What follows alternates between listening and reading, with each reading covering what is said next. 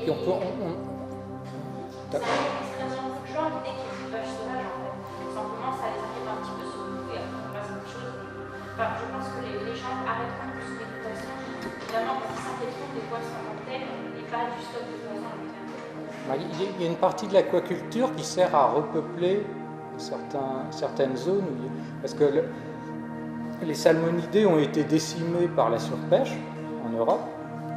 Il y en a très peu, des saumons sauvages et des truites sauvages, mais alors donc il y a bien, je crois 20% de l'élevage de truites en France, enfin un chiffre hallucinant, ou 15%, sert à lâcher des truites dans la nature pour que les pêcheurs à la ligne aient leur dose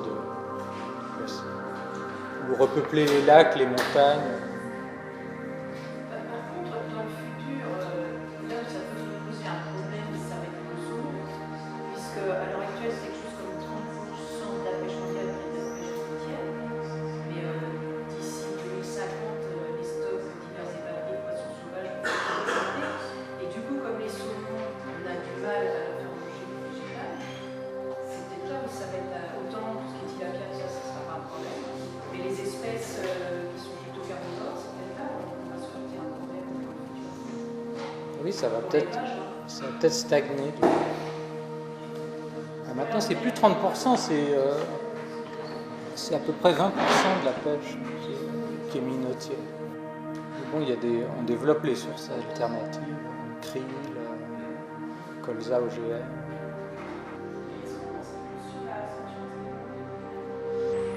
Il n'y a pas d'indication qu'elles sont sentientes. Il n'y a que des mouvements réflexes, un peu comme la moelle épinière qu'on a. Mais est-ce qu'il y a eu des études récentes en fait? Parce que j'ai l'impression que ça fait un moment qu'on a fait ça et qu'on le répétait aussi beaucoup pour les cafards jusqu'à ce qu'il y ait eu des études récentes qui indiquent plutôt des sensibilités. Mais en fait, comme c'est des animaux fixes, ils ont juste besoin de s'ouvrir quand il y a des nutriments et de se fermer.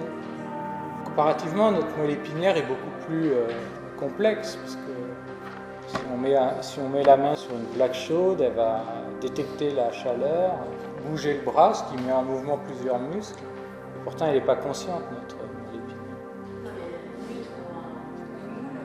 dès que tu approches ta main, tu fais un mouvement, il y a quand même ce cerveau rapidement, donc il y a quand même des réflexes de protection par rapport à un prédateur. Tu vois, donc à partir de là, c'est pas juste, ils se font pas de façon mécanique, juste le nourrir et tout ça. Il y a aussi des. Non, mais oui, il y a toujours. Non, mais il y a toujours un. Oui, il y a toujours un doute. C'est pas comme les éponges qui n'ont pas du tout de système nerveux. Dominique, elle a Oui, il me semble que finalement, notre conception de la conscience se fonde sur les analogies par rapport au système humain. L'être humain est toujours l'unique référence de toute chose. Donc l'animal est considéré conscient, pas sentient, par rapport à son degré de proximité dans sa structure neurologique par rapport à l'humain.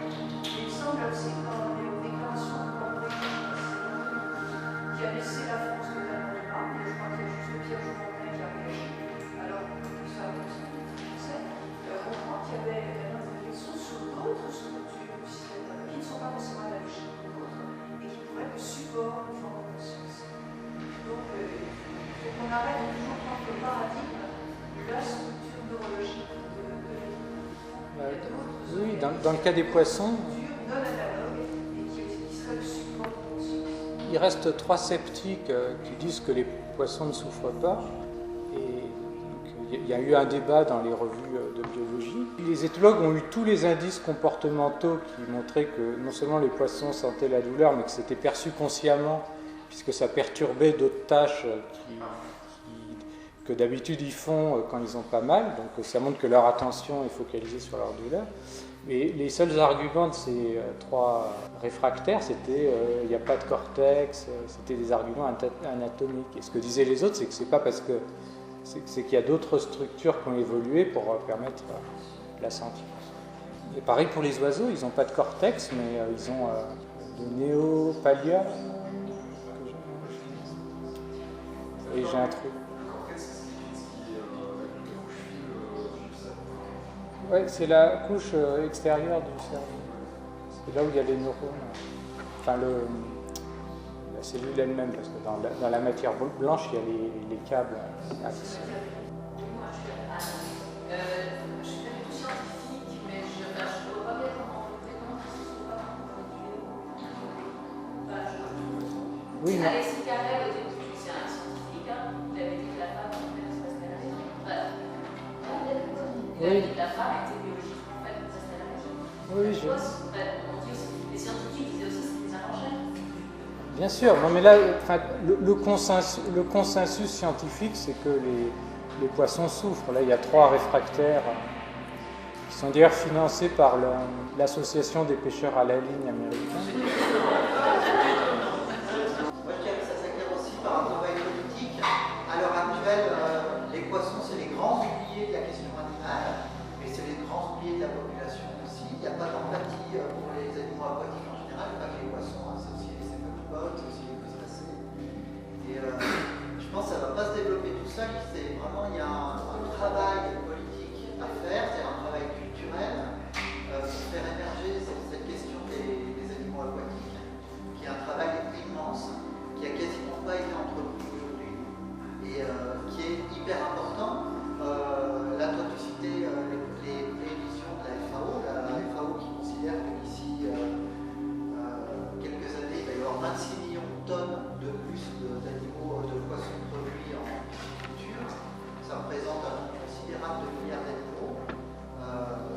Il considère que ça va croître jusqu'en 2050 au minimum, parce qu'il va falloir de plus en plus compter sur la pisciculture pour nourrir la population mondiale.